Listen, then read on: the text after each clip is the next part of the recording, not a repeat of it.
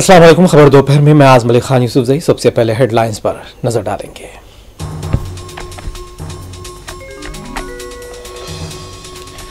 तेलंगाना में young India sports university का अगले तालीमी साल से होगा आगाज। गच्चीबौली में मैराथन प्रोग्राम से वज़ीर आज़म रेवंत रेड्डी का खिताब।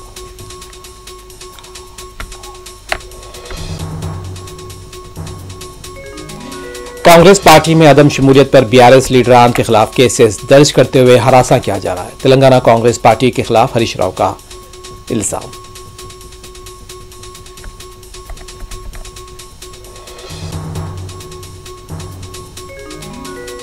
मुल्क भर में वक़ूफ़ पज़ीर वाक़यात विकसित भारत की बुनियादें मुस्तहकम कर रहे हैं। माहाना रेडियो प्रोग्राम मन की बात से वज़ीर आज़म मोदी का खिताब।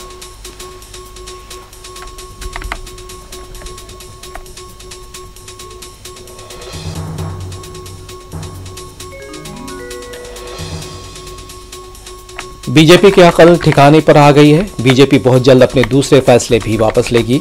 यूनिफाइड पेंशन स्कीम पर आप पार्टी लीडर सौरभ भारद्वाज करते अमल।